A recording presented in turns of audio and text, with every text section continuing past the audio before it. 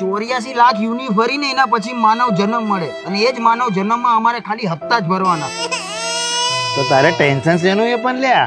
Tension એ છે કે ખાતામાં મારે ખાલી 150 રૂપિયા પડ્યા છે અને ઓલી મારી ગર્લફ્રેન્ડ તારી ભાભી એ મળવા આવે છે અને એ એવું કહે છે કે આજે મોંઘા રેસ્ટોરન્ટમાં જશું. પણ હું શું કરું મને કઈ ખબર નહીં પડતી યાર. હા જો એક આઈડિયા છે મારી જોડે.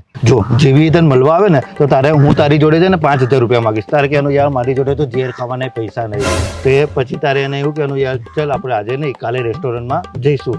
તો પછી તારે છે ને અમને બંનેને તગેડી મૂકવાના. પછી એને થોડુંક સમજી જશે ને તો આપણો પ્લાન સક્સેસફુલ દેતાલી. વાહ મારા ભાઈ વાહ, તું નહીં કરતો અત્યારે આવવાનો ટાઈમ થઈ ગયો મારા ભાઈ. આવજે કમ્પ્લીટ હો. હા હા ચલો બેબી.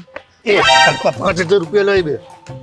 યાર મારી પાસે અત્યારે ઝેર ખાવા પૈસા નહીં યાર. શું તું આવું કરે યાર ભાઈ? બે પણ શું ભિખારી જેવું કરે છે? જ્યારે તારે પૈસા નહીં તો લેતી વખતે તને એવું કઈ ના થયું? બેબી હું આપી દઉં તમારા 5000 રૂપિયા. કાલે જ મારી સેલેરી આવી છે. કરી દીધા. ઓ ભાભી બેસો બેસો બેસો. આ એક નંબરનો હલકો માણસ છે. એના ખાતામાં 15000 રૂપિયા છે. અને હા કાલ રાતે તો એક છોકરી જોડે એ બધી વાતો બી કરતો હતો. હું તમને આવી બધી વસ્તુઓ કહેતો રહીશ, તમે કોઈને કહેતા નહીં, બરોબર? ચલો હું મળું છું અત્યારે. કાલ રાતે તમે કોઈ બીજા જોડે વાત કરતા હતા? એ જુઠ્ઠું બોલતો હતો. બોલતો તો ને એ જુઠ્ઠું બોલતો હતો. એ જુઠ્ઠું બોલતો હતો એટલે ફોન રસ્તા તો ઊંઘ આવે છે.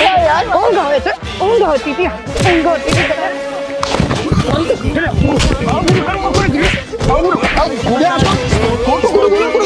5000 રૂપિયા આવતા તો ભાગ ભૂલી ગયો તો.